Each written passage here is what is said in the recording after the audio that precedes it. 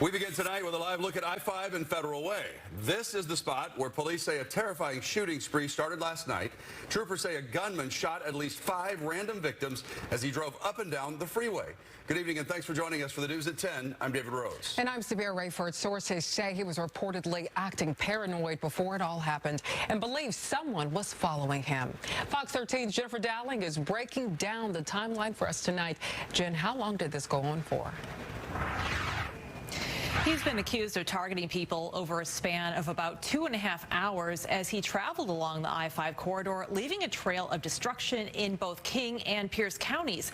The reign of terror reportedly ended when his car was located and law enforcement moved in for an arrest. Lay all the way down on the ground. Hands up, put your hands behind your head. Body cam video shows the tense moments when the suspect in the I-5 serial shooting spree was taken into custody in Fircrest. Clear. He was arrested after officers spotted his white Volvo, which witnesses connected to several shootings starting just before 8:30 Monday night.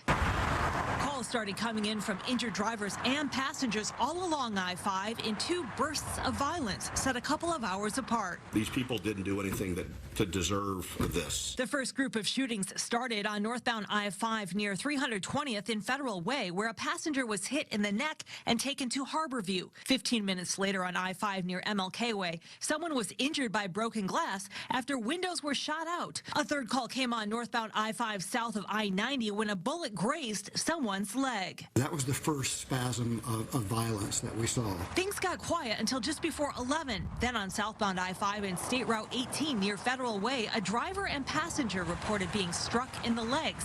In Pierce County, a driver reported a shattered window, and another man was shot in the neck and rushed to St. Joseph. Right now, there are 2 families who have loved ones in critical conditions in 2 different hospitals. A 7th report came in from a driver who later found a bullet hole in their car. When they got to Portland, which was their next destination, they heard the news accounts and realized that they may have been involved in this situation. December 6th was the last time WSP investigated a spree of freeway violence. This is the second time in less than a year where we've seen a mass shooting. Captain Ron Mead thanked those who saved lives Monday, some applying tourniquets to the people who were hurt. It's not just an attack on those individuals, it's really an attack on everybody, because any one of us could have been that unwitting victim simply trying to drive down the interstate. The Washington State Patrol says it's adding extra patrols along the I-5 corridor tonight to be highly visible and let drivers know they are determined to make sure that the freeway is a safe place to travel. State Patrol says the suspect was cleared medically at the hospital before being booked in the King County Jail. If you were driving through the area around the time of the shooting and heard anything suspicious or saw something suspicious, call WSP. In the newsroom, Jennifer Dowling, Fox 13 News.